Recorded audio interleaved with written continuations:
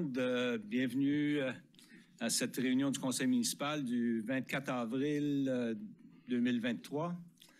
Avant de commencer la réunion, je veux juste signaler que la ville de Dieppe reconnaît que la terre sur laquelle elle tient ses activités fait partie du territoire ancestral et traditionnel non cédé des Mi'kmaq. Ceci étant dit, pour notre mot d'ouverture, chers collègues, ayons la sérénité d'accepter les choses que nous ne pouvons changer, le courage de changer les choses que l'on peut et la sagesse de connaître la différence. Alors, bienvenue à tous. Pour toute personne qui n'est pas à l'aise en français, il y a des écouteurs de traduction si vous en avez besoin. For those that may require translation devices. Si vous avez besoin d'écouteurs pour l'interprétation, vous pouvez aller vous en procurer en arrière de la salle. Est-ce que nous avons, de toute évidence, on a un quorum, alors on peut procéder. Et déclaration de conflit d'intérêt. Est-ce qu'il y a des déclarations de conflit d'intérêt qui ont été signalées? Aucune personne, alors on peut continuer. L'adoption de l'ordre du jour, proposé par le conseiller Thibodeau, appuyé par la conseillère Turgeon-Roy, que l'on accepte l'ordre du jour tel que présenté. Sur la question, aucune question. Alors, ceux qui sont en faveur de la résolution, signifiez-le par un oui. L'avis contraire par un non. La résolution est adoptée telle que présentée. Présentation, requête et pétition. L'item numéro 7, en premier lieu, 7.1, demande de renseignement des membres du Conseil envers le service régional de Kodiak de la GRC. Et nous avons avec nous, il faut que je compte les choses sur le côté, d'état-major, sergent d'état-major Malenfant. Bienvenue avec nous pour cette grande première. Et si je peux trouver, et voilà. OK. Oui, merci, M. le maire, conseiller, conseillère, chers partenaires et membres du public. Ça fait plaisir d'être ici ce soir pour vous présenter mon premier petit rapport. La grande première. Ma grande première, exactement. À la place de Chantal Farah, qui n'est pas ici ce soir, mais elle sera ici à la prochaine réunion. Alors, pour débuter avec notre unité de police communautaire, les membres de l'unité communautaire continuent à faire des patrouilles ciblant la visibilité et les endroits problématiques du territoire. On continue d'être présent dans les écoles de notre territoire. Par exemple, comme vous savez, cette année, c'est le 150e anniversaire de la GRC. Alors, les membres de l'unité ont organisé des petits concours avec certaines écoles, incluant l'école Anna Malenfant, avec les élèves de la 5e année qui devaient préparer un genre de tableau artistique avec des symboles et logos qui représentent la GRC. Ils ont vraiment fait du beau travail. Puis pour les récompenser, on s'est présenté à l'école, on nous a fourni de la pizza. Je pense que les élèves ont bien apprécié avec des petits cadeaux. Suite de ça aussi, avec le beau temps qui s'en vient, l'unité communautaire va être à l'affût de l'apparition des camps des sans-abri. Ça va se faire toujours avec nos partenaires dans les 3 municipalités. Du côté de l'unité de réduction de la criminalité, le 31 mars dernier, on a mis la main sur un voleur connu de la région. Cet homme opérait un réseau de vols à l'étalage dans la région, plus précisément un commerce du centre commercial Champlain. Cet homme, accompagné d'une femme, avait volé des biens de magasin d'une valeur de plus de 70 000 $. Avec cette arrestation, nous croyons avoir éliminé un réseau et le suspect utilisait des techniques sophistiquées, incluant des déguisements. Malgré tout, grâce au bon effort des enquêteurs, on a réussi à déjouer ces petites techniques et fera face à la justice bientôt. Du côté de la section des enquêtes générales, comme vous savez, continue de travailler sur les dossiers les plus complexes dans la région. Puis un suivi qu'on aurait partagé aujourd'hui, c'est le dossier de fraude chez un détaillant d'automobiles de la région. Ce dossier avait fait les manchettes cet hiver, que nous avons rapporté que plusieurs personnes risquaient d'être victimes de fraude et de vol d'identité. Alors, le dossier d'enquête est présentement terminé et 4 personnes feront face à la justice et il y a près de 100 accusations criminelles seront potentiellement déposées bientôt contre ces 4 personnes. Et du côté de la patrouille, comme vous le savez, on reçoit beaucoup d'appels de service et les membres travaillent très fort pour répondre à ces appels. Et le 12 avril dernier, j'aimerais juste souligner que les membres de la patrouille ont répondu à une plainte d'une maison en feu ici sur la rue Virginia. Et le service d'incendie de Dieppe, évidemment, s'est présenté sur place pour éteindre le feu. Pendant que les membres étaient sur les lieux et assistaient l'enquêteur des incendies, les membres ont observé des preuves d'extraction de cannabis autour de la zone d'incendie, c'est-à-dire la zone où le feu avait pris. L'un des occupants a été arrêté pour production d'extrait de cannabis, contrairement à la loi sur le cannabis, et un mandat de perquisition avait été préparé et exécuté avec succès. Leur dossier se continue et des charges seront sûrement déposées dans cette matière. Et aussi, le même jour, le 12 avril dernier, nous avons été informés qu'un homme avait tenté de remplir des ordonnances fictives dans plusieurs pharmacies de la région, surtout de Dieppe. Un homme de 21 ans avait été localisé et arrêté dans un hôtel de Moncton. Et cette chambre d'hôtel avait été sécurisée. Puis on avait préparé un mandat de perquisition qui nous a permis de récupérer plusieurs pilules, puis d'autres preuves d'identité. Alors, dans ce cas-ci, encore une fois, on pense qu'on a déjoué un réseau criminel dans cette matière. Nous continuons les préparatifs pour les concerts du WAM-QM et ainsi que les autres événements majeurs qui auront lieu cette année, comme les Snowbirds, etc. Alors, c'était ici un résumé de notre dernier mois ici à la GRC Kodiak. Merci bien pour ce résumé. Question de la part des membres du Conseil, en débutant avec M. Lantaigne. Merci, Monsieur le maire. Sergent Malenfant, un bon collègue de hockey. Je vais m'abstenir des questions difficiles pour ça. J'apprécie.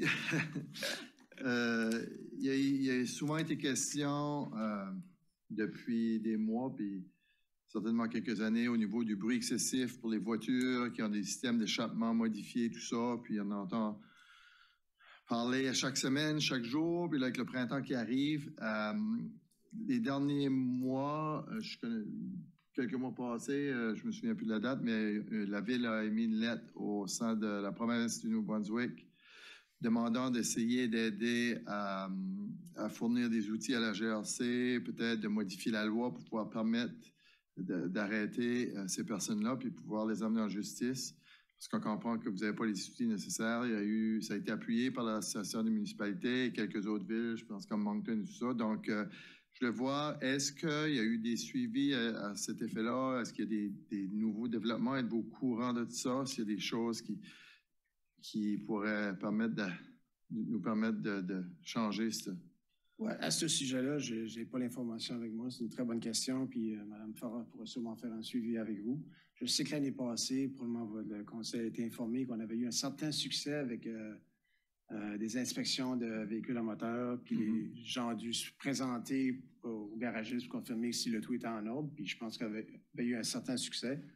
Je ne dis pas que c'est la solution. C'est sûr si la province peut apporter des changements qui pourraient nous aider, ça serait encore mieux. Mais j'ai l'impression que l'unité on va peut-être regarder à cette façon-là aussi encore cette année.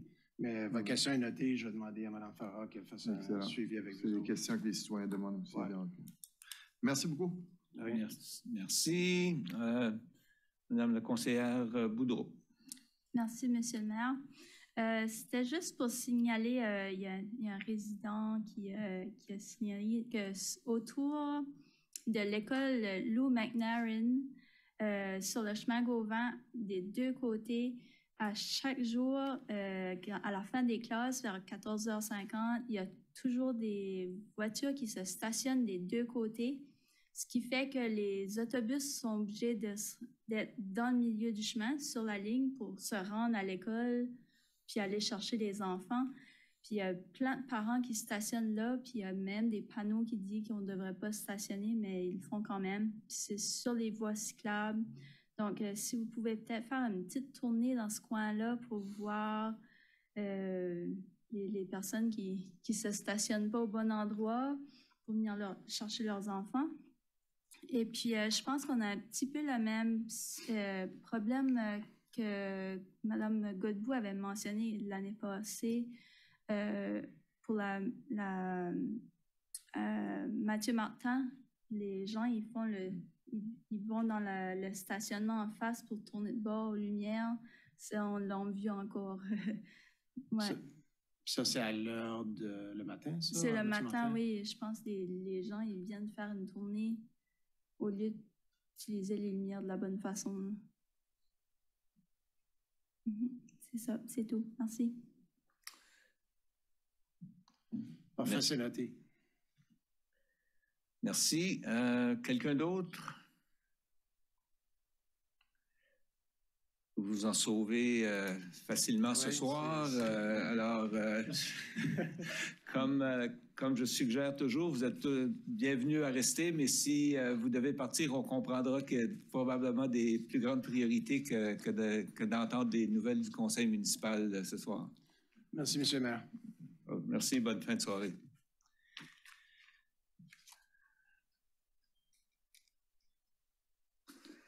Alors, ça conclut l'item numéro 7.1. Au 7.2, présentation sur la politique L1 sur la tarification des installations et des espaces municipaux communautaires. Alors, Monsieur Leblanc. Donc, merci, Monsieur le maire. Merci, membres du conseil, de m'accueillir ici ce soir. Donc, ce soir, je voulais vous parler de la politique de tarification des installations et des espaces municipaux. Donc, qu'est-ce que c'est la politique qu'on appelle la politique L1? C'est une politique qui a été abrogée par le conseil municipal pour la dernière fois le 28 mars 2022, donc l'année passée. Puis, qu'est-ce qu'elle fait? Elle précise les taux de location des infrastructures municipales. Nos objectifs au niveau du service de développement communautaire, c'est de maintenir la majorité des tarifs pour 2023. On suggère une modification de 2 tarifs qu'on pense qu'il est quand même important de modifier. On ajoute un tarif pour le terrain de cricket, qui est quand même un nouveau terrain qui vient de nos terrains sportifs. Puis on vous demande ce soir, un peu plus tard ce soir, l'approbation au conseil municipal de ce soir. Donc, on a aussi des objectifs à long terme, parce que ça a quand même été une courte période depuis mon arrivée ici à la ville de Dieppe. Donc, on a quand même des objectifs à long terme pour faire des changements à la politique L1. Donc, on va établir une tarification basée sur des principes de l'utilisateur payeur et d'équité en matière de subventions offertes pour les divers sports et loisirs. On va essayer d'augmenter les revenus pour les locations. On va faire une évaluation des types d'utilisateurs qui utilisent nos installations récréatives. Avec ça, il faudra faire une révision de une mise à jour de la politique L1 qu'on fait en partie aujourd'hui, puis aussi la politique d'accréditation L14, qui est la politique d'accréditation pour nos organismes communautaires, qui touche plusieurs de nos politiques. Puis qu'est-ce qu'on propose comme prochaine étape? Ben, c'est une approbation pendant les délibérations budgétaires 2024 qui se passent d'habitude octobre, novembre, décembre. Donc, nous autres, la vision derrière ça, c'est que vous puissiez réaliser qu'est-ce que les revenus que vous pouvez aller chercher avec l'Arena, puis les terrains sportifs, puis nos autres installations, pendant que vous êtes en train de délibérer les autres chiffres pour la municipalité. La méthode qu'on a prise pour analyser ça rapidement, on a comparé les tarifs de 6 municipalités, puis on a fait une évaluation des heures d'utilisation versus les coûts d'opération des installations. Donc, c'était du travail de long haleine, mais on a été capable de le faire assez rapidement. Les tarifs qu'on affecte ou qu'on veut affecter par l'entremise de notre motion plus tard ce soir, c'est l'Arena avec glace, donc AGL et le centre Uniplex, puis les terrains qu'on appelle maintenant multisport qui incluent le cricket, le baseball puis les terrains de soccer. Donc, devant vous, tout de suite, vous avez les tarifs de glace. Donc, on propose que les tarifs réguliers aillent de 260 $ l'heure jusqu'à 269 $ l'heure. Par la suite, le jour, on offre un 40% de rabais qui fait le tarif 162. En soirée, après les heures de pointe, on offrirait un tarif de 215. Pour les jeunesses accréditées, un 40% qui apporterait le tarif à 162. Puis hors saison, le jour, ça serait, on retourne à 215. Pour les terrains multisports, la formule est un peu différente, mais on proposait d'augmenter le tarif régulier à 11,50 l'heure. Le taux de jour à 7,50. Le taux jeunesse accrédité pour les terrains, ce serait 7,50. Puis l'espace de pratique serait 4 $. Merci. C'est tout, juste comme ça. Juste comme ça. Il me semble que ce que j'ai lu était beaucoup plus long que ça, par contre, mais quand on fouille. Alors, question de la part des membres du Conseil. Aucune question? Alors, merci pour la présentation. Et ça nous amène au prochain item, le 7.3 du côté de l'audience publique, qui nous amène avec M. Alexandre Girard. Bonsoir, M. Girard. Bonsoir, M. le maire. Je vais juste télécharger ma présentation. Donc, merci encore, M. le maire et membres du Conseil. On est présentement en audience publique pour une demande d'usage conditionnel qu'on a reçue ou qu'on veut traiter pour 2 habitations multifamiliales sur un terrain localisé sur le chemin Melançon. Donc, juste passer à travers avec vous là, des dates critiques du processus de modification ou d'usage conditionnel. Donc, on a entamé le processus le 27 mars par voie de résolution. On a fixé l'audience publique et la recommandation du comité consultatif en matière d'urbanisme.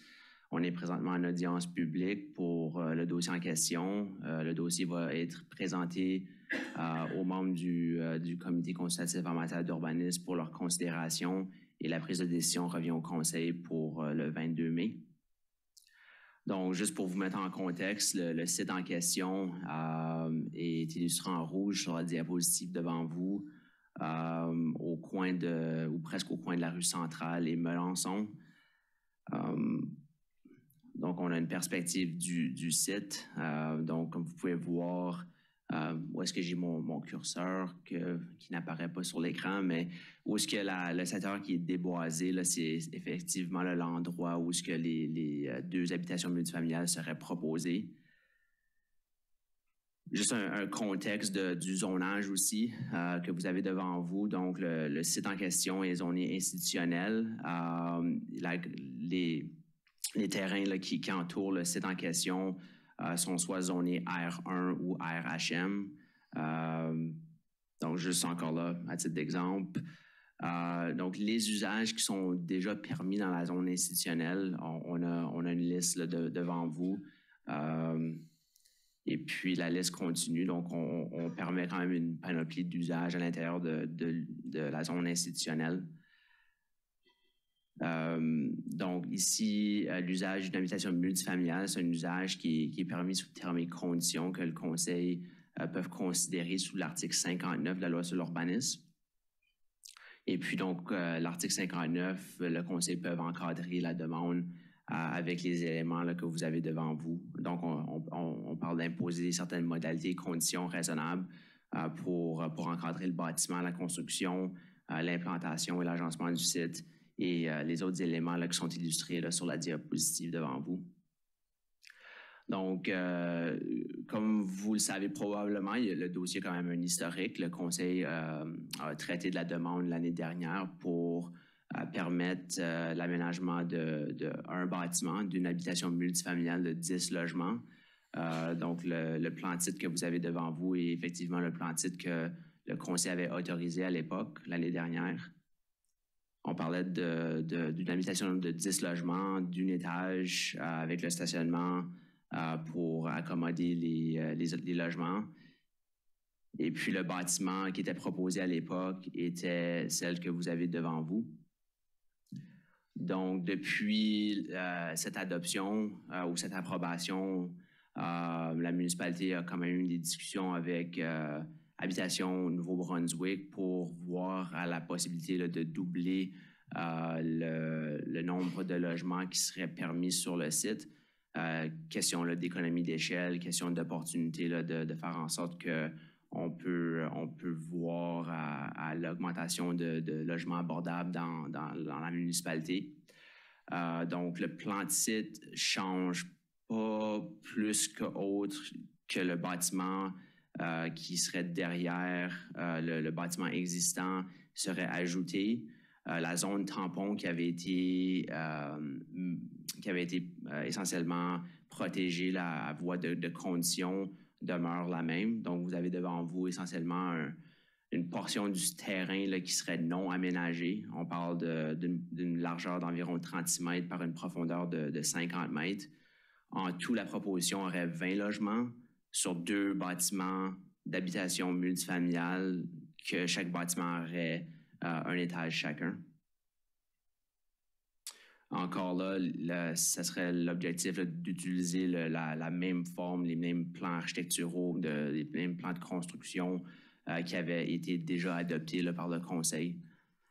Donc, sur ça ici, donc, vous avez effectivement là, juste la carte légale là, qui démontre effectivement là, la portée là, du projet pour la modification à la carte de zonage. Donc, ceci conclut ma portion de l'audience publique. Juste à noter qu'on avait quand même reçu des commentaires à l'écrit que M. le greffier va nous faire part. Et puis, certainement, la question d'entendre les gens du secteur là, s'ils ont des commentaires ou préoccupations. Donc, sur ça, je vais compléter ma portion de l'audience. Merci. Est-ce qu'il y a des questions pour Alexandre avant qu'on passe aux lettres? Madame Godbout. Merci. Juste un petit point de clarification. Ta zone tampon, présentement, beaucoup d'arbres et beaucoup de couverture verte. Est-ce que c'est l'intention dans la période de la construction qu'on va pouvoir maintenir cette couverture verte-là ou est-ce qu'il va falloir qu'on utilise une partie ou une portion pour pouvoir aménager des matériaux et d'autres choses? À ce stade ici, c'était l'intention de préserver la zone tampon telle qu'elle est. Et puis, ceci peut être facilement encadré là, avec des conditions spécifiques pour faire en sorte là, qu'effectivement le boisé qui demeure doit être maintenu en perpétuité. Là. Merci. C'est bon? Merci, Madame Turgeon-Roy. Même question. Pardon? Même question. Même question. Alors, Madame Boudreau. Merci. C'est juste pour avoir une idée. Qu'est-ce qui a été communiqué aux citoyens dans le communiqué? Est-ce qu'ils savaient à peu près qu'est-ce qui s'en venait là ou est-ce qu'ils l'apprennent ce soir directement, comme la hauteur puis le nombre d'unités qui étaient proposées? Est-ce qu'ils l'apprennent ce soir pour la première fois? Ça? Pour répondre à votre question, j'imagine qu'il y a de la nouvelle information qui est circulée. Okay. On a quand même envoyé des avis à presque, je crois que c'était 55 propriétaires. On a aussi même fait l'ajout de partager une fiche technique. Donc maintenant, avant, on envoyait juste un avis avec un bref descriptif de la proposition. On envoie maintenant une fiche technique avec, d'après moi, plus d'informations. On faisait mention quand même par rapport au nombre de logements. Okay. Si je me rappelle bien, on faisait peut-être mention aussi à la hauteur des bâtiments. Et puis, donc, on fournissait quand même assez d'informations par rapport à au moins inciter les gens à communiquer avec nous ou même de se présenter ici ce soir là, pour s'il y avait des questions pour nous, pour le personnel ou s'ils voulaient partager des préoccupations avec le conseil. Okay. C'est juste pour savoir qu'est-ce qui avait été communiqué aux citoyens. Merci. Merci. Alors, Monsieur Melançon, je sais qu'on a reçu quelques lettres. Oui, on a reçu 5 correspondances courriels de la part de résidents. Alors, j'habite la rue Centrale près de l'intersection où on planifie de construire encore d'autres appartements. Lorsque nous avons acheté la maison en 2005, on nous a avisé que c'était un quartier résidentiel avec plusieurs lois à suivre. Genre, aucune roulotte sur la propriété et j'ai même eu un voisin qui avait reçu une facture de la ville pour avoir stationné un VTT sur la rue parce que son entrée avait été asphaltée. J'ai moi-même reçu un avis de couper mon gazon lorsque j'étais malade et il n'était même pas plus de 5 cm. J'ai vu les arbres disparaître dans mon coin et des maisons et des semis y prendre la place. Est-ce que vous savez quand nous avons emménagé, il y avait des chevreuils qui demeuraient près et traversaient la rue. Il y en avait 5. Maintenant, on voit des 4 roues et d'autres véhicules tout-terrain. Sans parler du trafic qui a triplé sur la rue et la vitesse qui est un gros problème. J'ai vu des autos ne pas arrêter à la traverse de piétons ou pour les autobus scolaires. J'ai vu des enfants qui sont presque fait frapper en traversant devant un autobus qui avait ses lumières de signalement. Pourquoi ne pas développer en dehors au lieu de venir détruire nos quartiers avec vos blocs appartements qui réduisent la visibilité, la lumière du soleil, augmentent le trafic, la pollution, le bruit et réduisent l'évaluation de nos propriétés? Je n'ai pas choisi ce coin et surtout Dieppe pour me sentir comme si je demeurais au centre-ville ou dans une grosse ville. J'ai été attiré par sa beauté, sa nature et tranquillité, mais le maire et nos conseillers préfèrent de l'art. Vous voyez ce que devient Moncton bientôt, ce sera nous qui serons envahis par la drogue et les gangs de rue. Saviez-vous que je me sens de moins en moins en sécurité chez moi? On en a assez avec le développement près de l'école Anna Malenfant. Laissez-nous la paix et allez bâtir vos blocs ailleurs, plus loin des quartiers résidentiels. Ma fille ne peut même pas se trouver un loyer affordable si au moins la priorité était à la bonne place. Penser à l'avenir et l'environnement, ce n'est pas juste l'abolition des sacs de plastique. Elle, Kenny Landry. Je suis résidente au 944 rue Barachois à Dieppe depuis 2019. En si peu de temps, la ville s'est déjà beaucoup transformée, surtout en termes de nombre d'habitations et je suppose donc en termes de nombre de résidents. Étant une maman d'un enfant de 6 ans, je peux vous dire que j'ai du mal à inscrire ma fille dans les activités puisqu'elles se remplissent toutes à une grande vitesse, au cours de natation, course de vélo et danse. Ce dernier, le NID 706-88650 et portion du NID 00-987594, est loin du centre-ville, ce qui rend le déplacement à pied impossible à moins de n'avoir beaucoup de temps et d'énergie. Je ne crois pas que ce terrain soit bien situé pour des habitations à faible revenu et pour personnes âgées, car il y a loin de tout commerce et du centre-ville. Pourquoi ne pas utiliser ce terrain pour offrir plus d'infrastructures aux résidents de Dieppe? Par exemple, des terrains de tennis ou basketball ou des jardins communautaires, ou même un petit café ou une boulangerie, ce qui servirait aux résidents de notre quartier ou ceux qui vont au parc Rotary. Bien sûr, sans couper un seul arbre. J'ai habité dans de plus grandes villes telles que Montréal et Paris. Je peux vous dire que dans ces villes, ils cherchent à replanter des arbres et non à les couper. Et que les gens utilisent plus de transports en commun car il y en a plus souvent. Véronique Cormier. Je vous écris parce que je souhaite m'opposer au projet de construction de bâtiments d'habitation sur les lots indiqués en objet de ce courriel pour les raisons suivantes. Il y a très peu de terrains vagues disponibles qui appartiennent à la ville. D'un point de vue stratégique, il serait bon de les garder pour des besoins futurs d'infrastructures pour la ville au lieu d'avoir à couper encore plus de forêts. 2, il y a assez de logements dans le coin. On n'a aucune infrastructure ou commerce proche de nos habitations et on doit utiliser des moyens de transport qui polluent pour faire le moindre activité. Vous vantez la densification et l'arrêt de l'étalement, mais ça sert à quoi? Si on doit tous prendre notre auto pour aller au travail, ou faire l'épicerie, ou pratiquer un sport, etc. Il n'y a aucun avantage pour l'écologie. Pouvez-vous densifier les parties de la ville qui sont déjà denses avant de vouloir densifier les zones éloignées? 3. Des habitations sont déjà en train d'être construites sur plusieurs terrains privés. Pourquoi utiliser un terrain de la ville pour encore plus d'habitations? Et si c'est pour faire des logements affordable, pourquoi les isoler ces foyers de tout commerce ou infrastructure de la ville? Ces foyers n'ont probablement pas le moyen d'avoir une auto et devront dépendre des transports collectifs, pas efficaces du tout. On ne veut pas de gros bâtiments à côté de nos maisons. Arrêtez de faire perdre de la valeur à nos propriétés. On voit des arrêtés de la ville qui empêcheront la construction de bâtiments de plus de 2 étages à côté des maisons. Respectez vos contribuables. Merci de m'avoir donné l'opportunité de donner mon avis. Salim Chetiwi, résident sur la rue Arachois.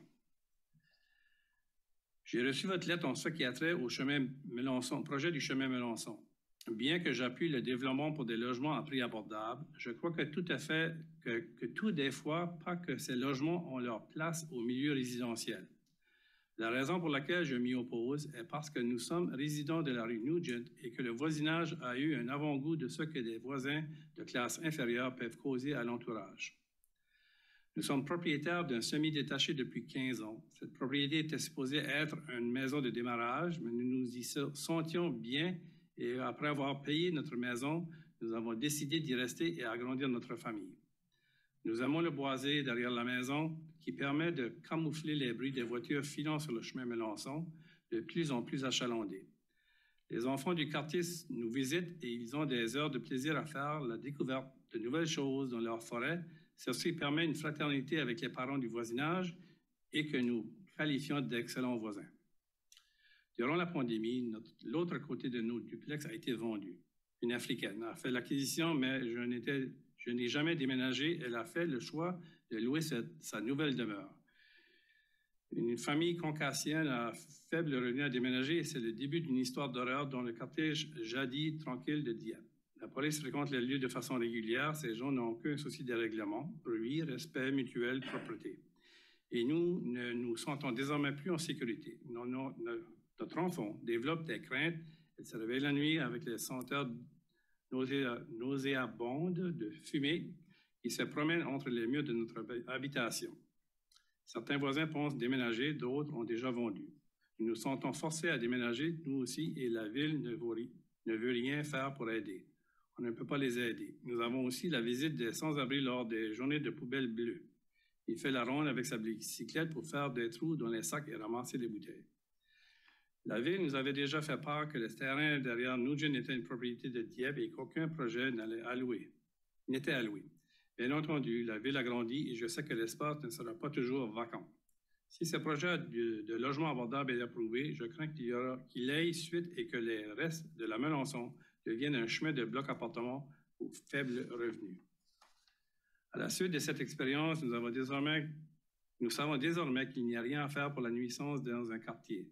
Notre avocat nous a donné un ultimatum de vendre ou de faire une poursuite pour nuisance. Les gens qui n'ont rien n'ont aussi rien à perdre. C'est malheureux. Amélie Comber. Je suis résident du quartier où il va y avoir de la construction du projet au coin de la centrale Melançon. Nous avons un bel rangée d'arbres derrière nous et nous serions plus que déçus si ce serait déboisé. Lorsque nous avons acheté notre maison au 863 Centrale en novembre 2022, nous avions été expliqués qu'une, non deux constructions d'un étage se feraient peut-être construire, mais que les arbres ne seraient pas coupés et que la construction se ferait de l'autre côté, confirmé par la Ville à la réunion de l'an passé. Nous avons donc acheté notre première maison en acceptant ceci. Par contre, nous sommes déçus du mémo reçu qui annonce une autre construction. Nous pensons qu'il ne soit plus cassé, advenant la grandeur du terrain, et nous ne sommes pas d'accord. Ceci dit, nous sommes très inquiets que ce qui a été dit par rapport aux arbres ne soit pas respecté, surtout avec une deuxième construction. La déforestation à Dieppe est une grande critique dernièrement, particulièrement sur la rue centrale et dans le coin de la Melançon centrale. Je et nous pensons que ce serait très raisonnable et réaliste de garder la rangée de bois et de ne pas couper la forêt. La forestation est plus qu'importante dans notre environnement et ce serait dommage de voir notre belle ville qui était remplie de forêts continuer à être déboisée en vitesse. Merci de prendre ceci en considération. Christine Lafrance et Cody Claude sur la rue centrale. Voilà, Monsieur le maire, les correspondances courriels reçues. Merci, Monsieur Melançon. Est-ce qu'il y a des gens dans la salle qui ont quelque chose à ajouter que vous avez présenté ou que vous n'avez pas présenté?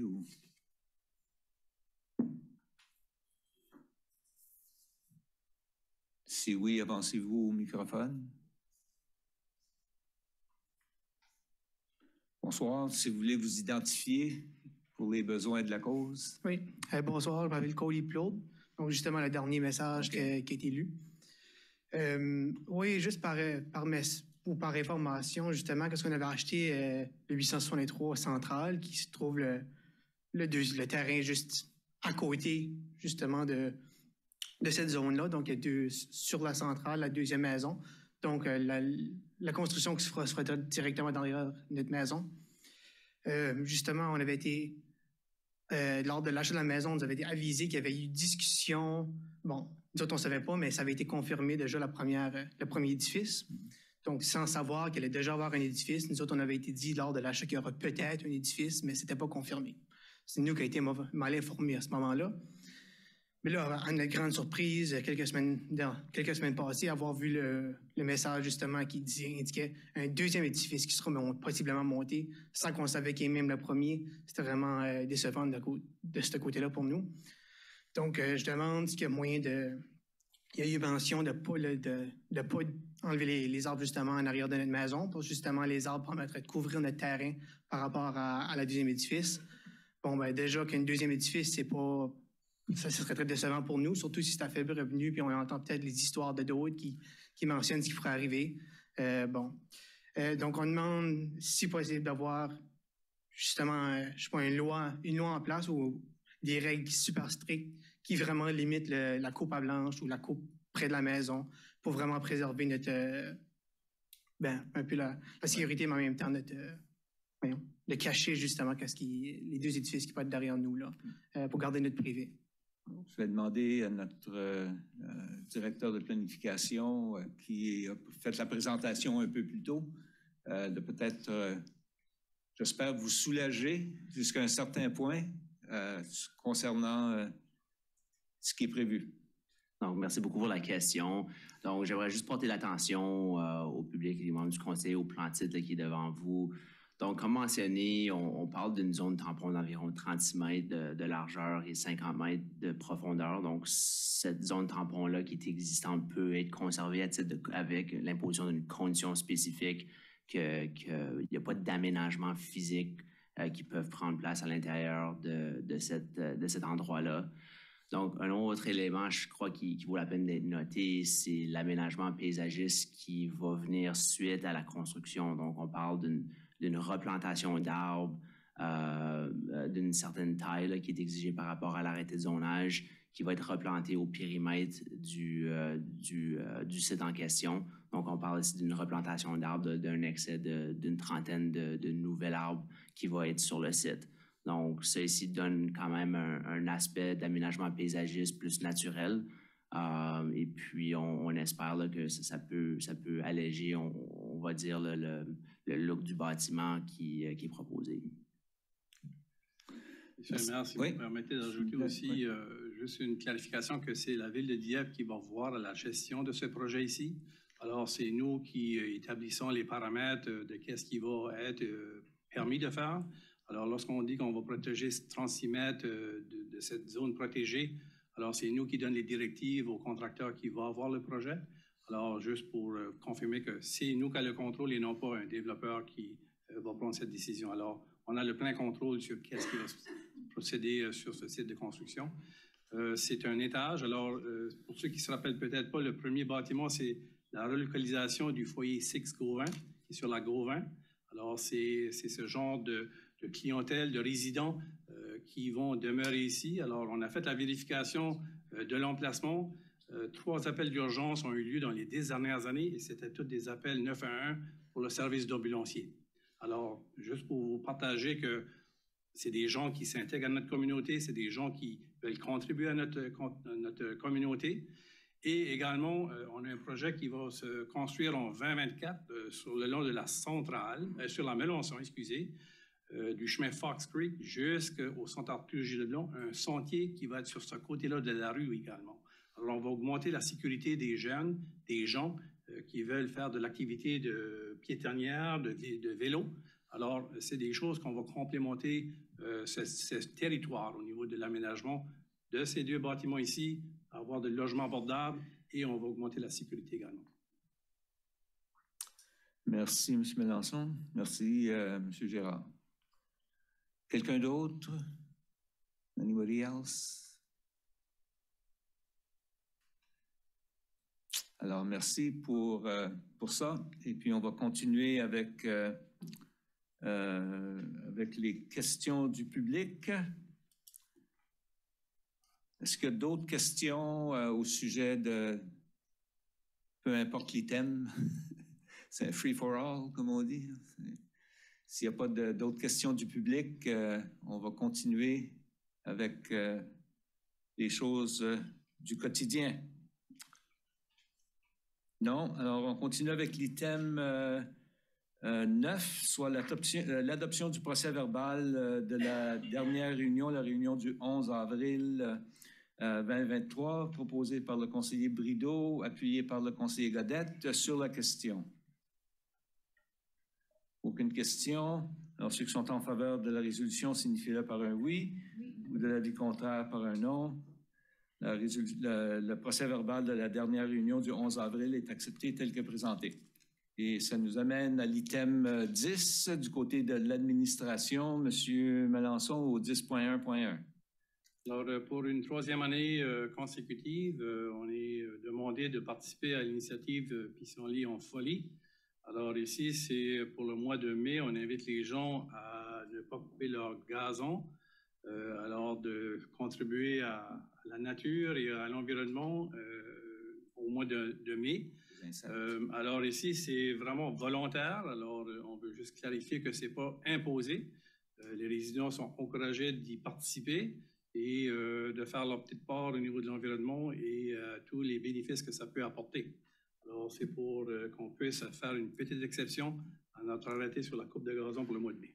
Merci. Spécifiquement, c'est surtout pour des besoins naturels des abeilles en particulier, entre autres, tous les insectes. Alors, je pense qu'on a quand même eu beaucoup de gens qui ont participé dans le passé et j'ose espérer que ça va se continuer. Ceci étant dit, est-ce qu'il y a des questions de la part des membres du Conseil? Madame Boudreau. Merci, Monsieur le maire. Concernant l'arrêté C35 sur le gazon, est-ce qu'on va le réviser assez rapidement, une fois le mois de mai passé? Je dirais qu'on va régler et gérer la situation de la coupe des arbres. Et on va la mettre en place et par la suite, on a du nouveau personnel qui est aligné à être embauché dans le cours de l'année. Okay. Alors, je dirais plutôt qu'on regardera ceci pour l'année 2024 au niveau de quelles modifications, stratégies ou révisions qu'on devrait faire. OK.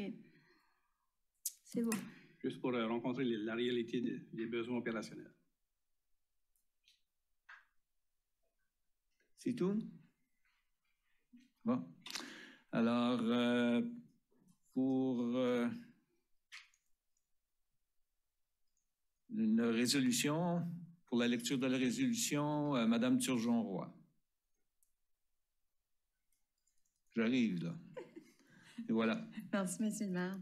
Que le Conseil adopte le programme Pissenlit en folie pour le mois de mai 2023, pendant lequel la population est invitée à ne pas tondre la pelouse ou des parties de la pelouse afin de favoriser la pollinisation par les insectes. Je le propose, Monsieur le maire. Proposé par la conseillère Turgeon-Roy, appuyé par la conseillère Boudreau sur la question. Aucune question. Alors, ceux qui sont en faveur de la résolution, signifiez-le par un oui, ou de l'avis contraire par un non.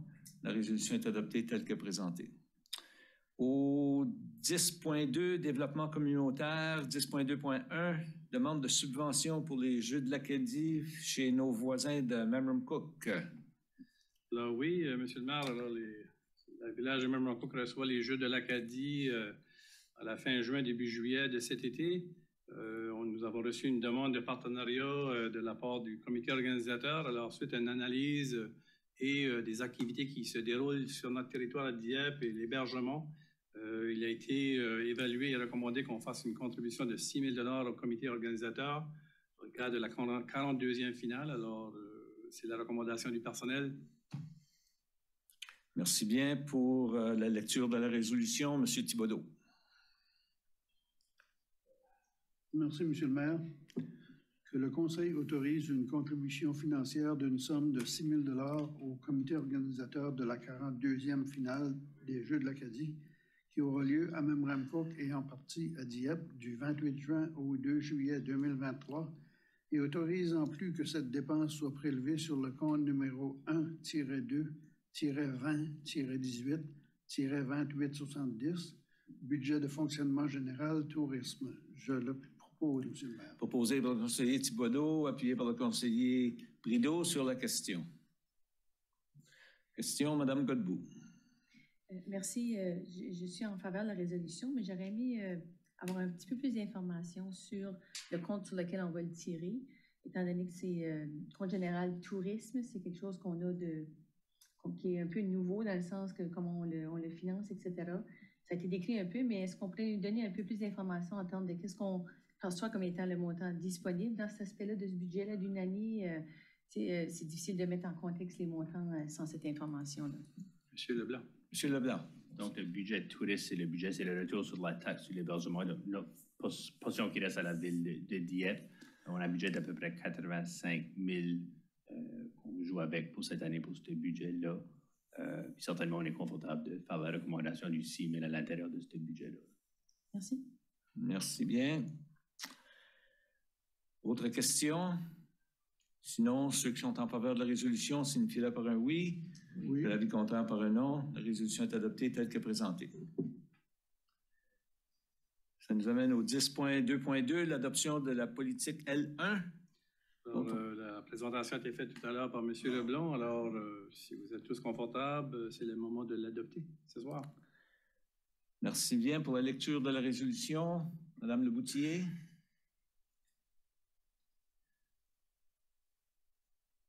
Et voilà. Merci, M. le maire.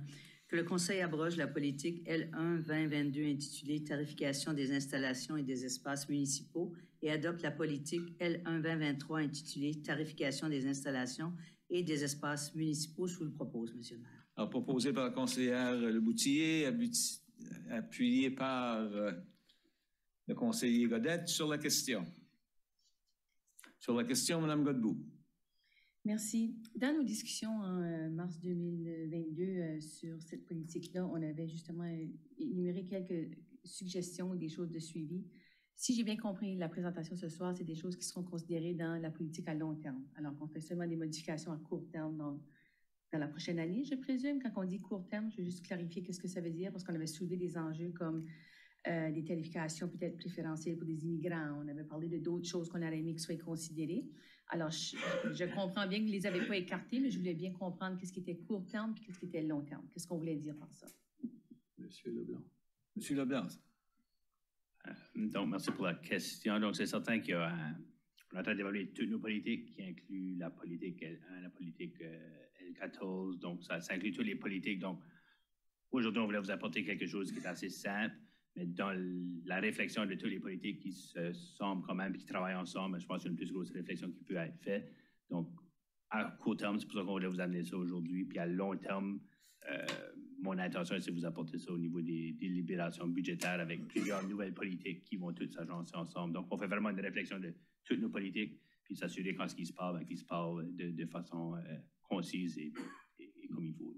Fait qu'on regarde comme dans les prochaines 2 années ou dans les prochains, un autre conseil, un autre mandat. Je vais juste mettre ça en perspective. Non, l'intention est de vous apporter ça cette année. Merci. Merci pour la question. Alors, autre question? Sinon, ceux qui sont en faveur de la résolution signifie... Est-ce que vous aviez une question? Non? Alors, ceux qui c'est juste la façon dont vous avez... C'est pas sûr. Alors, ceux qui sont en faveur de la résolution signifient par un oui.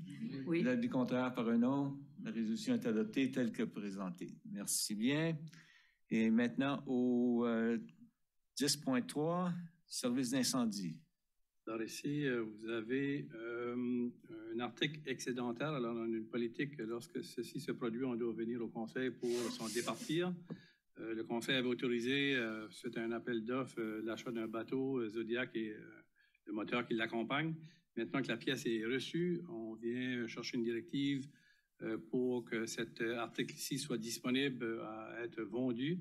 Alors, on veut entamer l'exercice et s'il y a preneur, ben, ça sera départi. Alors, c'est pour avoir votre appui. Merci bien. Pour la lecture de la résolution, M. Thibodeau. Merci, M. le maire. Que le Conseil détermine les biens suivants comme articles excédentaires et autorise la direction du service d'incendie de procéder à la vente de ces équipements. Bateau Zodiac et le moteur hors bord. Je le propose, M. le maire. Proposé par le conseiller Thibodeau, appuyé par le conseiller Godette sur la question. Question, Mme Godbout. Pourriez-vous me faire un rappel du prix d'achat de remplacement du bateau qu'on a remplacé avec ça? Je vais regarder par Stéphane Je Thériault. Je sais que Marc Cormier, le chef, est absent ce soir pour des raisons qui ne pouvaient pas se départir. Alors, on peut vous revenir, conseiller Godbout, avec l'information. Puis, en termes de procédure de vente, est-ce qu'on passe à travers d'une tierce partie pour établir le prix de vente? J'ai vu une recommandation d'un prix de vente, mais j'ai pas vu comment on a établi ce prix de vente-là. Je me demandais si on utilise une tierce partie pour faire ça. On va le mettre disponible sur notre site web et on va le partager aussi à tous les autres services d'incendie des municipalités au Nouveau-Brunswick. Alors, et là, peut-être que j'en échappe, là.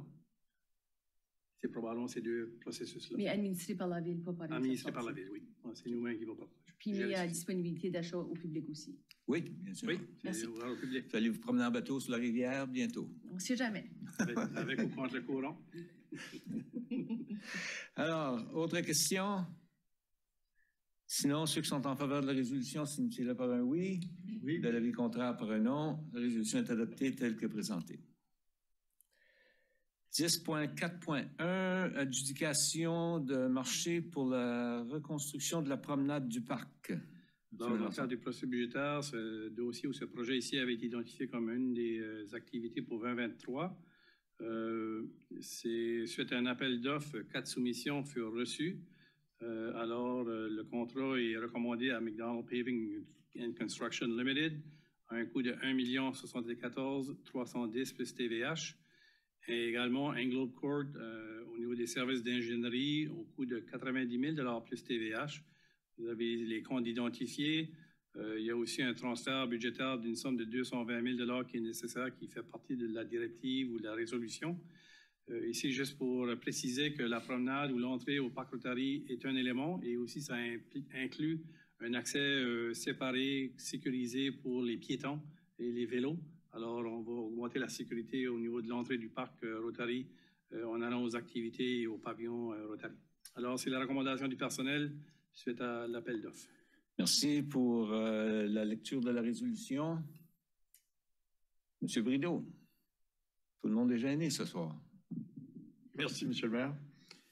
Alors que le Conseil adjuge le marché visant le projet intitulé « Reconstruction de la promenade du parc Drive et Sentier » au soumissionnaire le moins-disant, soit McDonald Paving and Construction Limited, au coût de 1 074 310 plus TVH, autorise Englobe Corp à entreprendre les services d'ingénierie relatifs à ce projet au coût de 90 000 plus TVH et autorise en plus que ces dépenses soient prélevées sur le compte numéro 3-3-35-58-76-71 du budget d'immobilisation générale promenade du parc. Que le Conseil autorise un transfert budgétaire d'une somme de 220 000 du compte 7-4-20-12-8920 du Fonds de réserve d'immobilisation générale au compte 3-3-35-58-76-71 du budget d'immobilisation générale promenade du parc. Je vous le propose, Monsieur le maire. Merci bien. Proposé par le conseiller Brideau, appuyé par la conseillère Turgeon-Roy sur la question. Aucune question. Alors, ceux qui sont en faveur de la résolution signifient-le par un oui, ou de l'avis contraire par un non. La résolution est adoptée telle que présentée. Ça nous amène du côté des opérations. Le 10.5.1, location de robots de marquage des lignes pour les terrains sportifs. Monsieur Melançon. Alors ici, on modernise au niveau de la technologie certains aspects de nos opérations. Alors ici, c'est recommandé suite à un projet de location, un robot marquage avec Turf Tank, estimé de 63 000 $ pour les 3 années de location. Ici, ça va augmenter l'efficacité de tout le travail et avoir moins de ressources humaines nécessaires à faire ce travail ici. Alors, on veut faire la location pour 3 ans et évaluer la pertinence de cet outil. Et par la suite, on verra qu'est-ce que le futur nous apportera. Alors, c'est pour aller de l'avant avec cette location pour que ça soit en place pour cet été. Merci bien. Pour la lecture de cette résolution, excusez-moi. Proposeur, proposé par le conseiller Thibodeau, appuyé par la conseillère Turgeon-Roy. Sur la question, je présume, Madame Godbout. Oui. Je voulais intervenir avant la lecture justement de la résolution. Et, étant donné, si j'ai bien compris, dans les données et dans la transparence, c'est un contrat qui effectivement a été exécuté Et donc, on ne fait pas l'autorisation, mais plutôt la ratification du contrat. Oui. Alors, il me semble que la résolution pourrait être plus claire parce que j'apprécie la transparence avec laquelle ça a été fait dans les documents, mais ça ne se reflète pas dans la résolution. Je pense qu'on devrait la continuer dans la résolution. Fait qu'on pourrait peut-être, lorsqu'on fera la lecture... Vous proposez un amendement? Oui, je ne pense pas qu'ils n'ont pas fait la lecture au complet, mais s'ils le font sur les procédures, on peut peut-être ratifier la décision d'un contrat de location. Suite à l'échange monétaire de l'argent américain, c'est ça qui est la grosse distinction ici. Là. Oui. On comprend que le contrat est en dollars US, puis quand on l'a converti par après, on a réalisé qu'on était peut-être outrepassé les montants, donc on vient au conseil de ratifier. Au-dessus de l'autorité. J'ai pas d'enjeu avec la résolution, mais pour que la résolution soit transparente aussi, on devrait indiquer que c'est en train de ratifier plutôt qu'autoriser. Okay. Je vais peut-être reprendre le... Oui? Je vais en faire la lecture. Que le Conseil autorise la location d'un robot de marquage de ligne pour les terrains sportifs, modèle Turf Tank One, pour une période de 3 ans de la firme Turf Tank au coût estimatif de 63 000 plus TVH et frais d'expédition, et autorise en plus que cette dépense soit prélevée sur le compte numéro 1-2-70-80-3000, budget de fonctionnement général, terrain sportif, installation.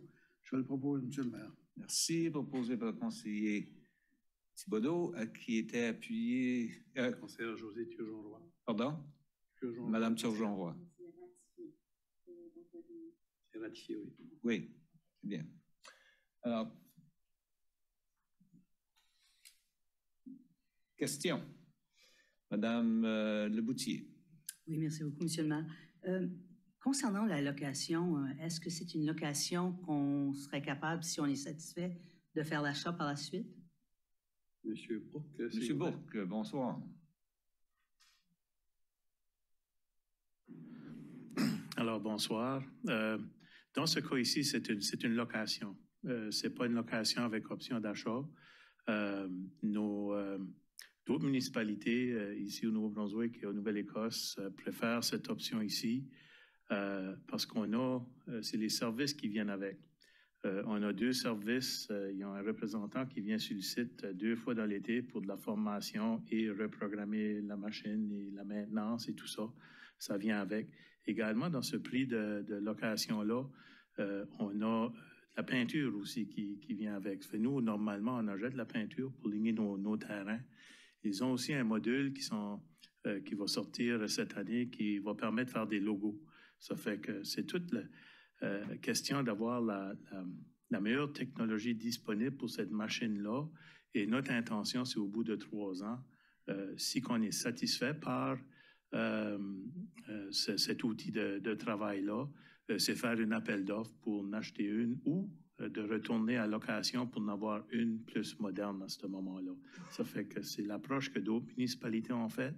Et à tous les 3 ans, en principe, ils recommencent une nouvelle location avec une nouvelle machine. Alors, ici, c'est seulement pour 3 ans. Ça fait qu'il n'y a aucune option d'achat. Au bout de 3 ans, la machine est retournée.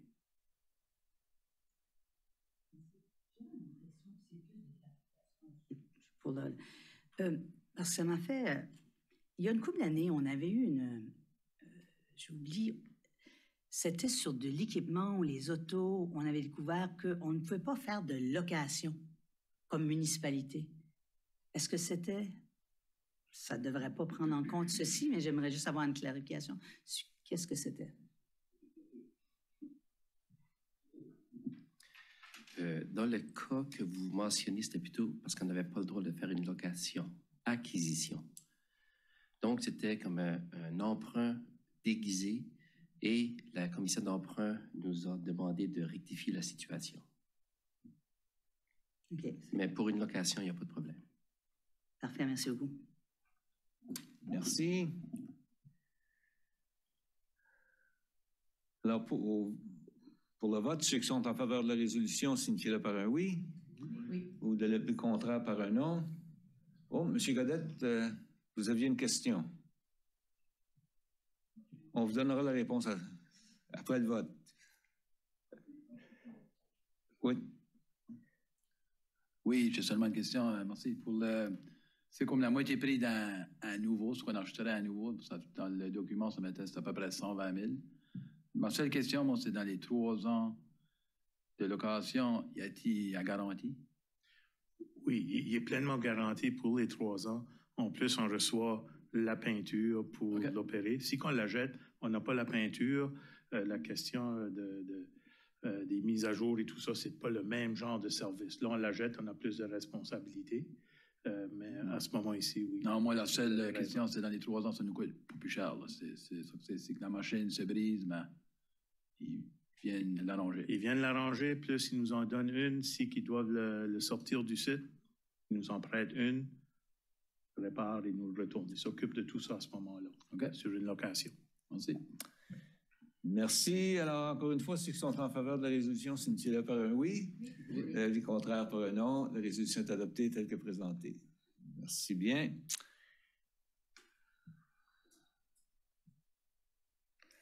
Maintenant, au 10.5.2, achat de fourgonnettes de cargaison. Monsieur Melançon.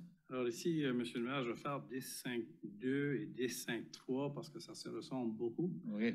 Alors, suite à 2 appels d'offres, la difficulté d'avoir des soumissions pour faire l'achat de véhicules pour les besoins opérationnels, on a reçu une proposition de TriStar Fine Cars pour des fourgonnettes cargaison, une pour travaux publics et l'autre pour les installations récréatives, de marque Mercedes-Benz Sprinter. 2 modèles un peu différents, mais ça se ressemble un peu. Alors, une qui est en dessous du budget et l'autre qui est un peu au-dessus du budget. Pour dire celle qui est au-dessus du budget, c'est que c'est une 4 places, en plus d'avoir une cargaison fourgonnette. Alors, on vous recommande de faire l'acquisition. C'est des véhicules qui sont pour les besoins opérationnels. Alors, ils rencontrent les spécifications de ce qui a été mis dans l'appel d'offres. Alors, le personnel a fait la recommandation. Pour ces 2 véhicules ici, je peux vous dire qu'on a mis un arrêt sur certains autres véhicules qui devraient être considérés pour changer parce qu'il y a la question du milieu qui est instable et très peu de véhicules. Alors, c'est un défi. Pas juste pour Dieppe, à la grandeur des municipalités à travers le pays. Alors, on est en train de voir à ce qu'on puisse offrir nos services de base opérationnels avec ces 2 véhicules ici qu'on a besoin d'avoir. Alors, c'est pour ça qu'on en fait la recommandation. Mais on peut vous assurer que c'est pour des besoins qui rencontrent les besoins de travaux publics et des installations récréatives. On en voit un peu dans notre communauté, là, des véhicules pour des entrepreneurs qui utilisent ces genres de véhicules ici. Alors, juste clarifier que c'était réellement adapté pour des besoins de ces opérations-là et non pas des voitures de luxe. Merci pour la lecture de la résolution. Monsieur Godette. Merci, Monsieur le maire. Que le Conseil adjuge le marché visant l'achat d'une fourgonnette de cargaison modèle 2023 Mercedes-Benz Sprinter 2500 Cargo 170 HR pour le secteur des travaux publics à TriStar Fine Cars Inc. Mercedes-Benz Moncton au coût de 65 396 et 50 sous plus TVH, conformément à la proposition en date du 28 mars 2023 et autorise que cette dépense soit prélevée sur le compte numéro 3-3-20-12-7901, budget d'immobilisation générale, achat d'équipement général, travaux publics, je te le propose. Merci. Quelqu'un pour appuyer, le conseiller Brideau qui appuie sur la question. Question, Mme Godbout. Merci, M. Melançon, pour les informations et je suis d'accord avec toi, les optiques, ça peut paraître comme si on se donne des privilèges avec la marque de l'automobile. Donc, j'ai quelques questions de clarification que j'aimerais juste préciser, s'il vous plaît. Oui. Est-ce que notre politique exige qu'on achète des camions neufs? Notre politique nous dit qu'on doit avoir les services municipaux qui rencontrent nos besoins opérationnels. Alors, pour tout de suite, l'appel d'offres a été pour des véhicules neufs. Je peux vous mentionner qu'on va maintenant, dorénavant, dans le futur, considérer des locations ou des achats. Alors, ça, c'est pour les prochains appels d'offres qu'on en a discuté au niveau de l'équipe. Oui, parce que pour moi, quand je lisais le matériel puis la justification, pour moi, c'était ça un peu la question qui m'est venue à l'idée. C'était on n'a pas été au marché secondaire, si tu veux. Je peux vous clarifier qu'une des fourgonnettes ou un des véhicules, on a eu une durée de vie de 16 ans. Alors, location vis-à-vis achat, c'est tout ça qui fait partie de l'évaluation de est-ce qu'on va faire un achat ou est-ce qu'on va faire une location. Alors, le millage est quand même pas tellement élevé. Alors, c'est tout ça qui fait partie de l'équation lorsqu'on veut aller en appel d'offres pour un achat ou une location. Ou Alors, aussi un achat d'un véhicule usagé, là. C'est un petit peu ça aussi. C'est pas juste location, mais usagé, là. Est-ce qu'il y a un marché usagé qui a été examiné dans ce cas-ci? Je peux vous dire qu'il y a une pénurie également au niveau de location de voitures. Là. C'est un autre défi également, mais je peux demander à M. Bourque pour voir si c'est quelque chose qu'ils ont considéré un peu plus loin. M. Bourque. Alors, dans ce cas ici, dans la deuxième appel d'offres, on a eu une proposition d'un véhicule usagé, d'un concessionnaire de l'extérieur de la province du Nouveau-Brunswick. C'est un véhicule 3 ans de vieux avec 51 000 km, un véhicule high roof semblable à celui qu'on achète, d'une marque différente que le concessionnaire local ne peut pas nous fournir avant un autre 36 mois, qui est prévu en tout cas. Mais le coût était 9 000 plus dispendieux que celui qu'on propose ce soir. Alors, c'est... ça fait que ça a été soumis. Nous, on l'avait quand même rejeté sur ces bases-là parce que ce n'était pas ça qui était demandé dans l'appel d'offres. Si on l'avait demandé, on aurait pu toujours le considérer. Mais là, on a un véhicule de l'année moins dispendieux qu'un véhicule usagé. Dans ce cas ici, c'est ça qui nous a été soumis parce que justement, le marché pour ces genres de fourgonnettes ici, il y a beaucoup les Amazon, les compagnies de livraison qui les ont. Alors, il y a une pénurie. Alors, c'est aussi, nous, on a besoin de ces fourgonnettes de cargaison-là, on les a besoin de traction arrière. La traction arrière est plus difficile à avoir. Il y en a moins dans le marché. Ce qui fait que nous, on a besoin de ça parce qu'on fait aussi du remorquage avec ces 2 pièces d'équipement-là. Alors, c'est sûr, ça nous a limité un petit peu. L'autre option qu'on aurait eue, ça aurait été de se procurer un véhicule d'1 tonne avec une grosse boîte. On a comme ça actuellement, on tente s'en départir. On a fait un calcul rapide aujourd'hui, là, puis c'est sûr que le collègue Alexandre pourrait nous aider la prochaine fois. On a fait ça rapidement aujourd'hui. Sur ce véhicule ici, on parle à peu près presque 9 % de moins au niveau de la consommation d'essence versus là, c'était un 3/4 de tonne qu'on remplace, c'était pas 1 tonne. Ça fait que c'est toutes des choses qu'on a pris en considération, mais l'appel d'offres, étant donné, demandait un véhicule neuf. C'est pour ça qu'on n'a pas... On a dû rejeter l'usager qui nous avait été proposé, mais l'exemple qu'on a, on allait chercher un véhicule parce que le marché des véhicules usagés est très élevé actuellement, également à cause de la pénurie des véhicules neufs. Juste un peu d'information. Merci. Ça clarifie. Merci. Autre question? Sinon, ceux qui sont en faveur de la résolution signifient par un oui. Oui. Ou de l'avis contraire par un non. La résolution est acceptée telle que présentée. Qui nous amène la deuxième. Oui, 10.5.3. 10.5.3, le deuxième fourgonnette. Alors, c'est le même fournisseur, 73 326,50 comme coût. Alors, c'est pour l'adoption du Conseil ce soir. Alors, M. Godette, pour la lecture de la résolution. Merci, M. le maire. Que le Conseil adjuge le marché visant à l'achat d'une fourgonnette de cargaison modèle 2023 Mercedes-Benz Sprinter 2500 Crew 144 HR pour le secteur des installations TriStar Fine Cars Incorporated Mercedes-Benz Moncton au coût de 73 326 et 50 sous plus TVH conformément à la proposition en date du 28 mars 2023 et autorise que cette dépense soit prélevée sur le compte numéro 3-3-20-12-7903, budget d'immobilisation générale, achat d'équipement général et installation. Je te le propose. Proposé au conseiller Godette, appuyé par la conseillère Leboutillier sur la question. Aucune question. Ceux qui sont en faveur de la résolution signifient par un oui. ou de l'avis contraire par un non? Alors, la résolution est adoptée telle que présentée. Ce qui nous amène au 10.5.4, achat de 2 tracteurs articulés. Alors, suite à un appel d'offres, encore une fois ici, 3 soumissions ont été reçues à la Ville suite à cet exercice. Alors, il est recommandé pour les 2 tracteurs. Ici, on parle de machines pour déneiger les trottoirs là, et faire d'autres travaux l'été. Pour des modèles de McLean MB5 à Atlantic Coastal Equipment pour un montant total de 331 144,54 plus TVH. Et vous avez le numéro de compte qui touche le compte d'achat d'équipement pour la flotte municipale au niveau de travaux publics. Alors, c'est la recommandation du personnel.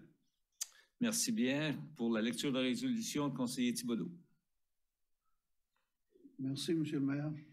Que le Conseil adjuge le marché visant l'achat de 2 tracteurs articulés, modèle 2023 McLean MV5 pour le service des opérations à Atlantic Coastal Equipment au coût total de 331 144,54 plus TVH, conformément à sa proposition en date du 22 mars 2023 et autorise que cette dépense soit prélevée sur le compte numéro 3-3-20-12-7901, budget d'immobilisation générale, achat d'équipement général, travaux publics. Je le propose, M. le maire. Merci. Proposé par le conseiller Thibodeau, appuyé par le conseiller Turgeon-Roy sur la question.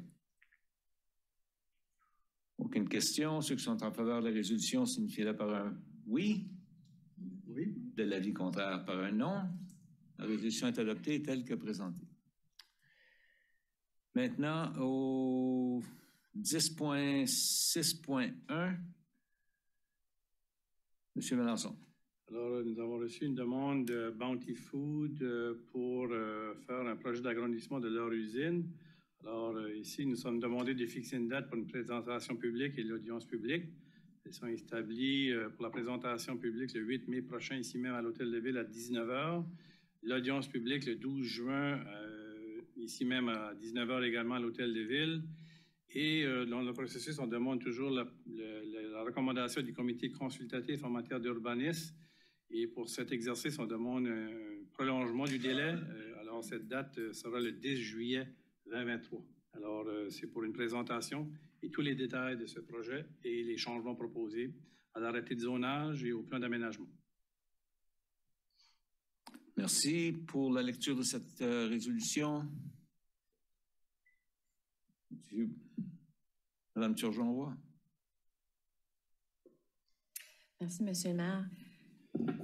Que le Conseil fixe une présentation publique le 8 mai 2023 à 19h à l'Hôtel de Ville de Dieppe en vue de présenter les modifications proposées à la carte d'affectation du sol arrêté Z-9 2017 concernant le plan d'aménagement municipal et fixe une audience publique le 12 juin 2023 à 19h à l'Hôtel de Ville de Dieppe en vue d'entendre les objections aux modifications proposées à la carte de zonage arrêté de zonage Z-10 2021 visant le terrain identifié sous le NID 00674416 en vue d'accommoder l'agrandissement d'un usage d'industrie légère et que le Conseil demande l'avis écrit du comité consultatif en matière d'urbanisme et prolonge le délai prévu sous l'article 110.3 de la loi sur l'urbanisme au 10 juillet 2023 relativement au projet subventionné. Je le propose, Monsieur le maire.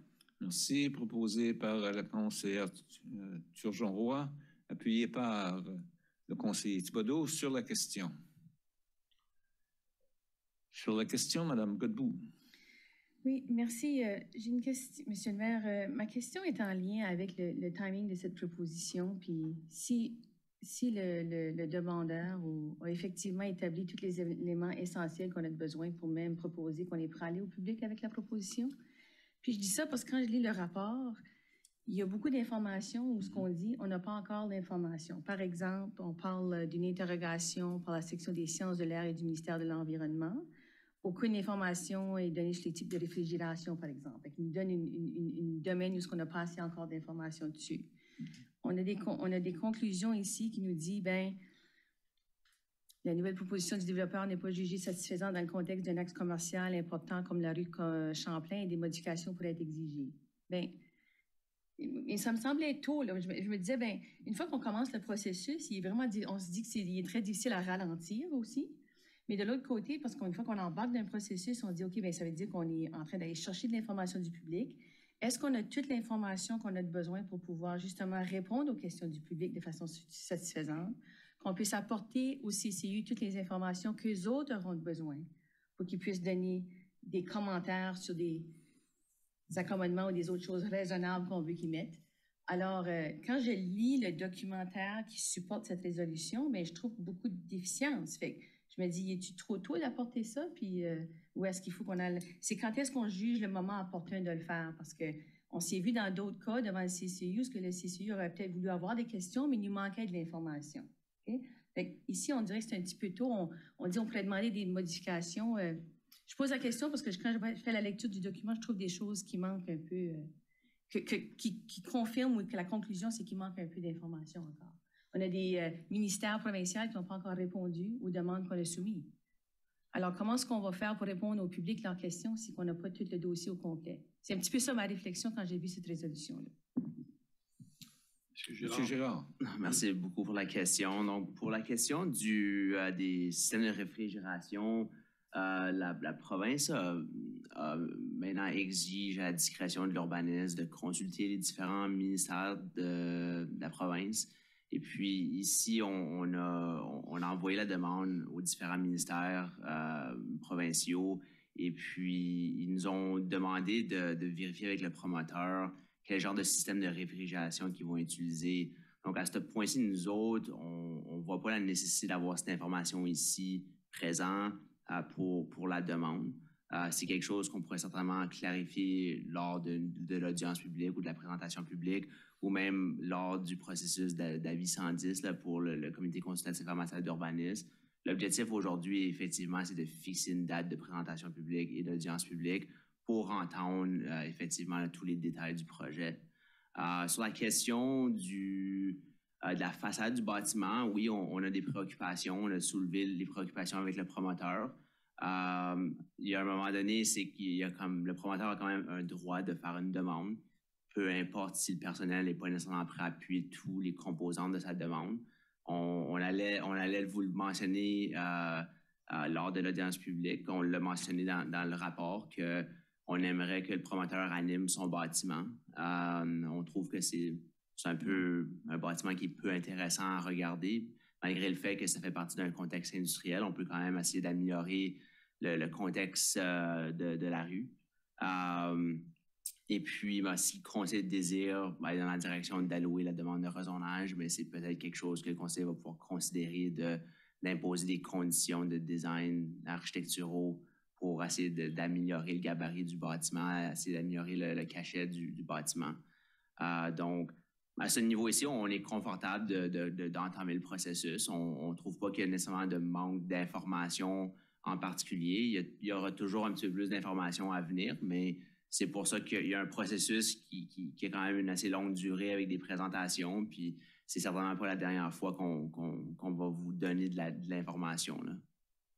Merci, ça m'aide beaucoup à éclaircir. Moi, c'est certain que je vais voter en faveur ce soir de mettre les dates, puis je sais qu'on peut toujours repousser les dates au besoin, mais il y a certainement une inquiétude en termes pour moi des informations qui étaient soulevées par le ministère de l'Environnement, particulièrement quand on parle, parce qu'ils demandent les questions sur les unités de réfrigération, en partie pour la qualité d'air et les bruits excessifs, étant donné qu'on est à côté de 2 écoles.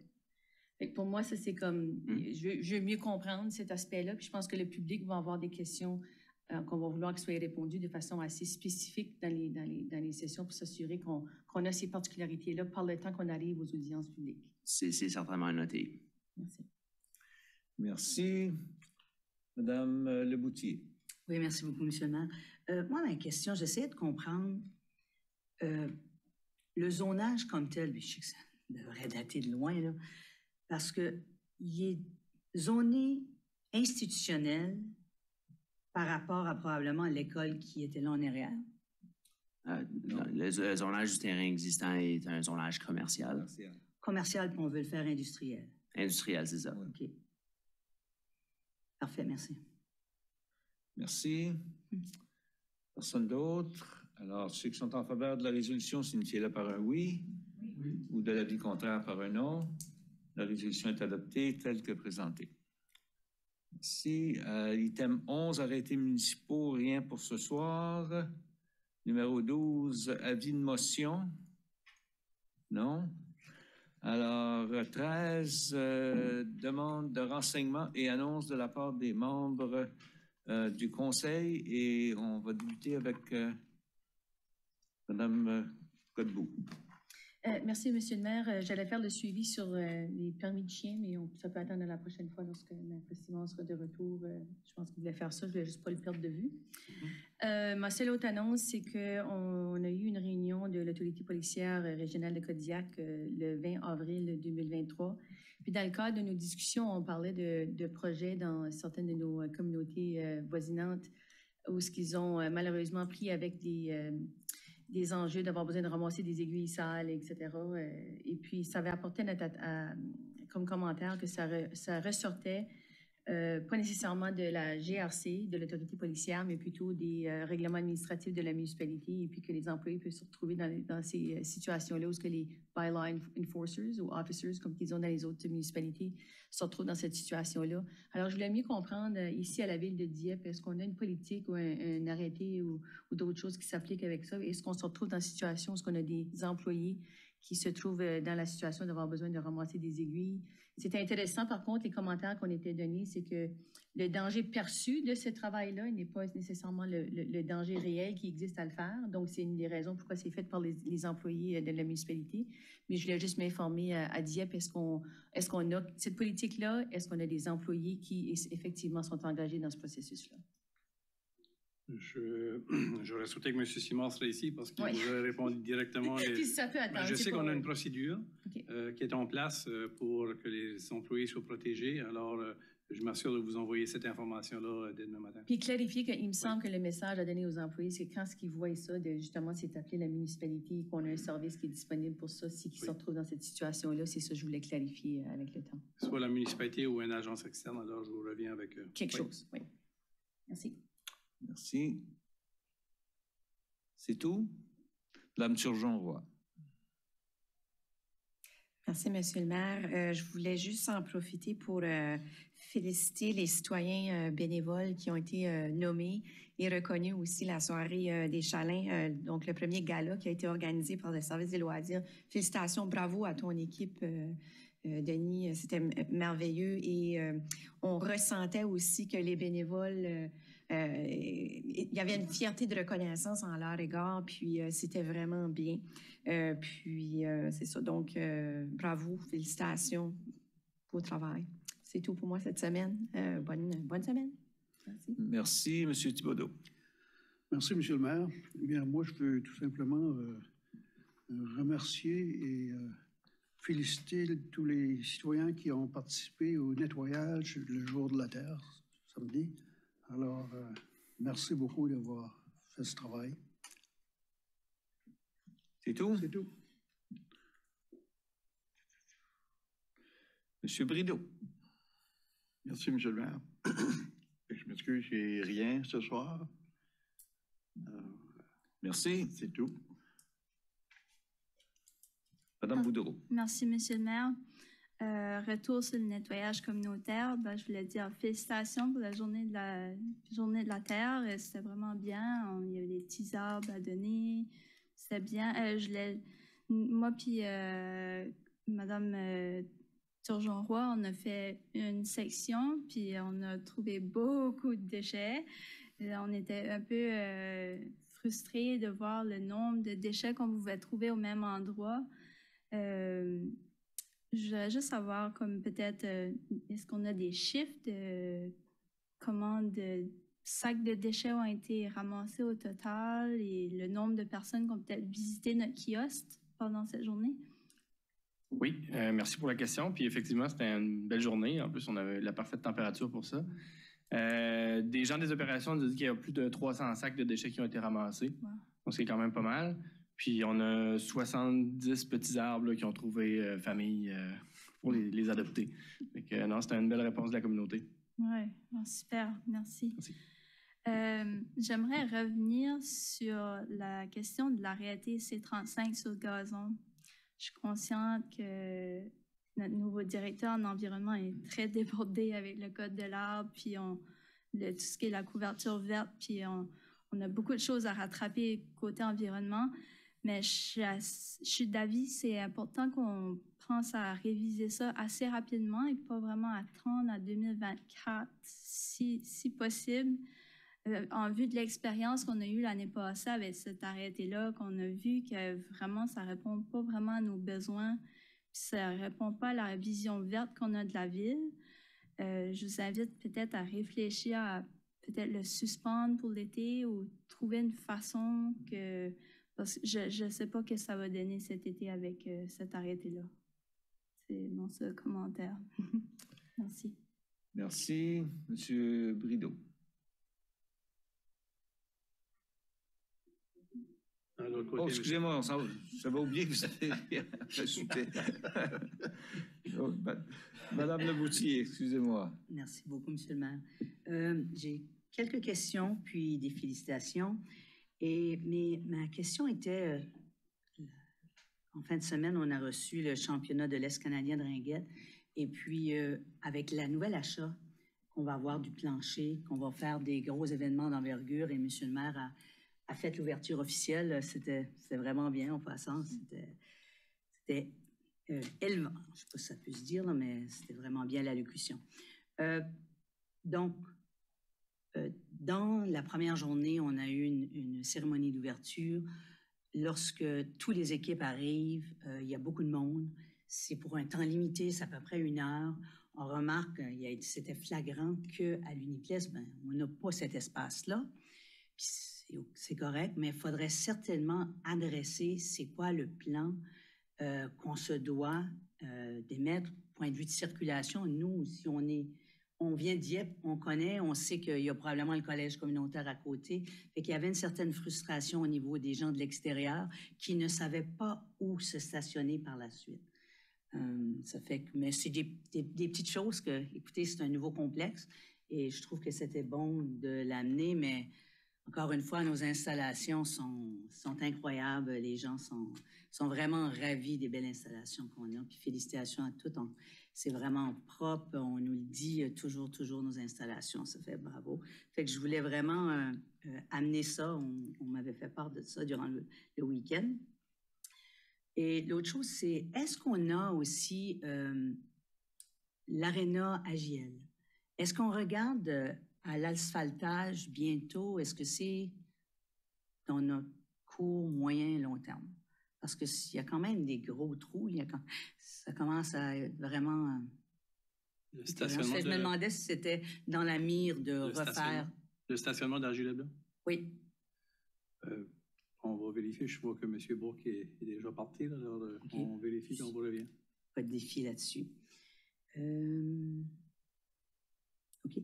Puis, c'est ça. Pour les félicitations, j'aimerais commencer par féliciter l'équipe de ringuette U16AA qui sont championnes canadiennes. Puis, je suis un petit peu en conflit d'intérêt là-dessus parce que ça se trouve, ma fille qui est en charge de cette équipe-là comme entraîneur-chef, mais avec 4 autres personnes. Mais qui est beau aussi, c'est que 2 autres jeunes filles qui sont en charge de cette équipe-là. Ils ont remporté sur les 9 parties, les 9 parties, ils ont remporté. Et pour être justement, encore une fois, championne canadienne. J'aimerais aussi, je m'en voudrais, sur un championnat comme ceci, il y a des prix d'équipe, des premières lignes et deuxième lignes. Et nous avons eu beaucoup de filles. Il y a Noémie Morin, qui est la gardienne de l'équipe, qui a fait tout un tournoi. Elle a été sur l'équipe étoile. Il y a Audrey Leblanc, qu'on avait aussi dans notre Dieppe Mag, tout récemment aussi sur l'équipe étoile. Et Ashley Bourgeois de Merman-Cook, ainsi que nos 2 grandes vedettes de ringuette, les sœurs Snowden de Moncton. Mais je pense que c'est peut-être la 6e ou 7e année consécutive, mais tout de même, c'est quelque chose. Et je m'en voudrais aussi, en fin de semaine, comme je viens de mentionner, On vient d'avoir le championnat de l'Est qui comprend les 5 provinces, Québec, l'Ontario, l'île du Prince-Édouard, la Nouvelle-Écosse et nous, le Nouveau-Brunswick. On a 4 niveaux. Tu as des jeunes filles de 12 ans jusqu'à illimité parce qu'il y a des 18 plus. Ça a été un très beau tournoi et je peux vous dire que c'est un sport que nous sommes très forts au Nouveau-Brunswick. De plus que la grande majorité vient de Dieppe aussi. Là. Nous avons porté 3 niveaux sur 4, dont les U14, les U16 et le 18. Fait que, félicitations à tout le monde. C'est quelque chose, je peux vous dire que et surtout, ça s'enligne bien pour l'année prochaine avec notre championnat canadien. Une dernière pour moi, Monsieur le maire, c'est... Non, ben 2. J'aimerais faire une mention d'honneur. On a participé au Trifton en fin de semaine dans une collecte de fonds et je dois vraiment... On taquinait, mais en même temps, je voudrais certainement... on a trouvé que notre conseiller Ernest Thibodeau méritait une mention d'honneur à cette belle levée de fonds, ainsi que Roland Roland Leblanc, le conjoint à Corinne. On a eu bien du plaisir, puis c'était bien aussi là, une belle soirée. J'aimerais aussi pour la population, c'est que, la population et les membres de l'équipe, je ne serai pas ici malheureusement ce jeudi pour la couverture. Je suis à l'extérieur, là, puis mais juste impossible ce jeudi d'y participer, mais soyez rassurés que je vais regarder à tout et si j'ai des questions, je vous reviendrai. Et c'est tout pour moi ce soir. Merci beaucoup. Merci d'avoir mentionné que l'an prochain, on a le championnat canadien de ringuette qui vient chez nous. Puis, effectivement, l'événement cette fin de semaine était juste un warm-up de voir qu'est-ce qu'on peut se permettre. Et puis, oui, je pense que les gens repartaient très heureux, excepté pour la question du stationnement, parce que même moi, j'ai eu de la misère. J'y allais pour, évidemment, faire l'ouverture du tournoi, puis j'ai tourné longtemps avant de trouver un espace puis qui n'était pas très proche non plus. Alors, c'est une considération à regarder pour le futur, c'est certain. Meilleure signalisation pour envoyer les gens peut-être chez nos voisins. Nos voisins étant évidemment le collège communautaire. Alors, autre que ça, merci aux membres du conseil qui ont participé à cette levée de fonds. Je pense que... Pardon? Oh my God! Je suis parti à oublier du monde à ce soir, là. Avant que je ferme ça, je te dis, Monsieur Godette, je vous dois une bière. Des excuses.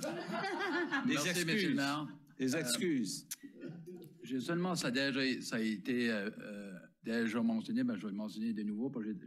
J'aimerais remercier tout le monde qui a participé au Jour de la Terre pour nettoyer notre ville et nos sentiers. C'est ça que j'ai trouvé beau, j'ai vu beaucoup de jeunes s'impliquer. Puis moi, j'en fais une petite partie et tout, là, dessus mon sentier, mais c'est à peu près ça que je voulais dire. Puis je voulais parler du Leblanc, chemin Leblanc aurait besoin de l'attention plus tôt que plus tard. Je trouve que sécuritaire, c'est en vélo. Marcher, c'est pas sécuritaire. Je ne sais pas si c'est sur la... Je sais que c'était peut-être pas sur les plans asphaltés cette année, mais je pense qu'on devrait... Patchage, on devrait commencer là. Je ne sais pas si c'est les plans de quel côté qu'on va commencer. Alors, oui, vous avez fait mention de patchage. On va utiliser le terme qu'on connaît tous, là, au niveau du patching. Alors, pour la reconstruction, bien, ça fait partie de nos exercices parce qu'il faut apporter l'eau et l'égout, les services, puis il faut parler avec les gens parce que ça vient avec une facture, naturellement. Mais pour l'été 2023, on va certainement faire une attention particulière, puis s'assurer que le roulement est carrossable, puis on va vous revenir avec un plan à plus moyen terme concernant la construction complète. Merci. Ça serait tout pour moi. Merci. Juste une chose à rajouter, c'était concernant évidemment la levée de fonds. C'est quand même presque 20 000 qui a été ramassé. Alors, c'est un bel événement communautaire qui dure depuis très longtemps et qui alimente ou aide à supporter la Maison de Nazareth. Alors, merci à à ceux et celles qui y ont participé. Je suis convaincu que vous avez... je sais que vous n'êtes pas fini en première place, mais vous étiez probablement au moins en deuxième place. Je vous donnerai la deuxième place. Alors là-dessus, bonne fin de soirée à tous et bonne continuation pour nous tous. Merci.